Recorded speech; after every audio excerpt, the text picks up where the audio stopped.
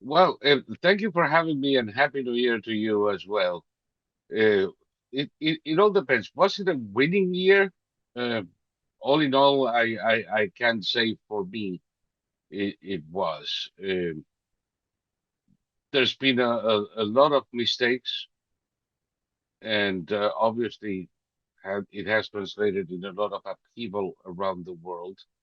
I have seen terrorist attacks throughout Europe and the US, and I have not seen a proper response.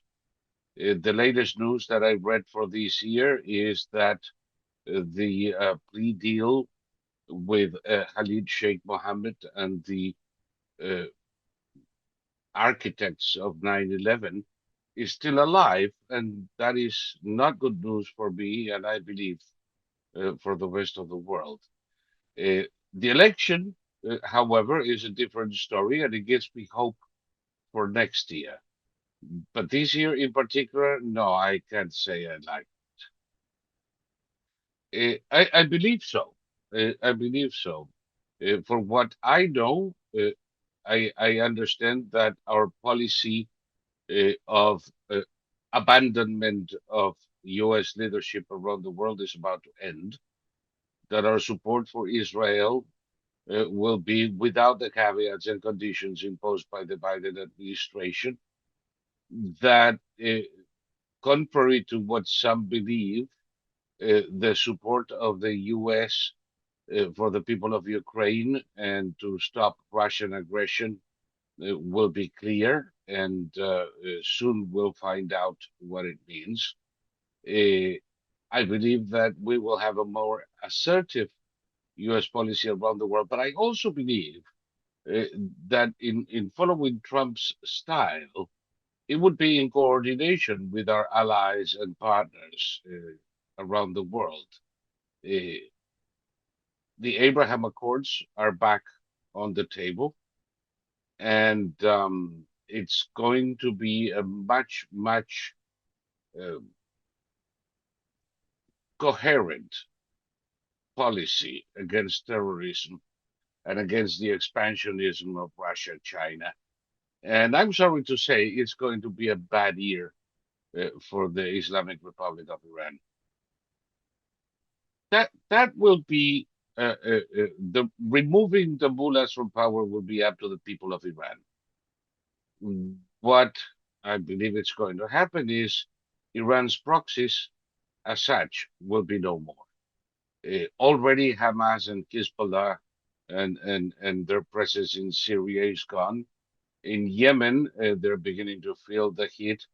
And without their proxies, without the ability to project into the Mediterranean and participate in the arms and drugs and market, without the ability to bypass sanctions, and without the funds that have been regularly provided or permitted to be provided by the Biden administration, uh, the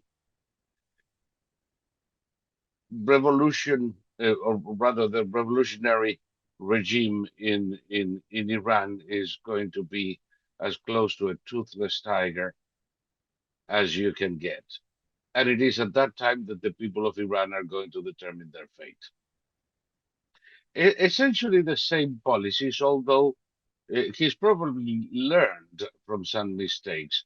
But you will see President Trump pushing to deregulate as much as possible the American economy and free entrepreneurship from the shackles of government intervention.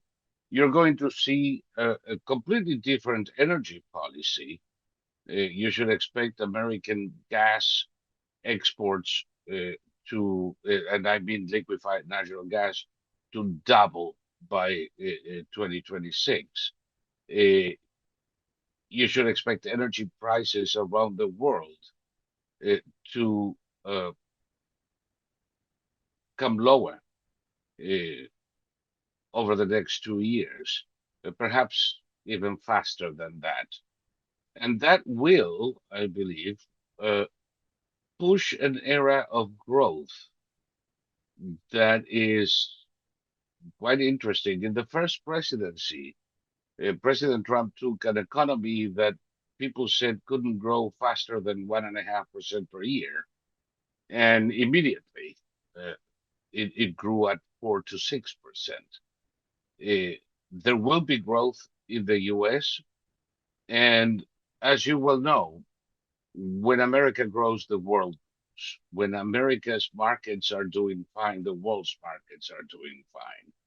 It will not, however, be so good for Russian exports or Iran violations of sanctions.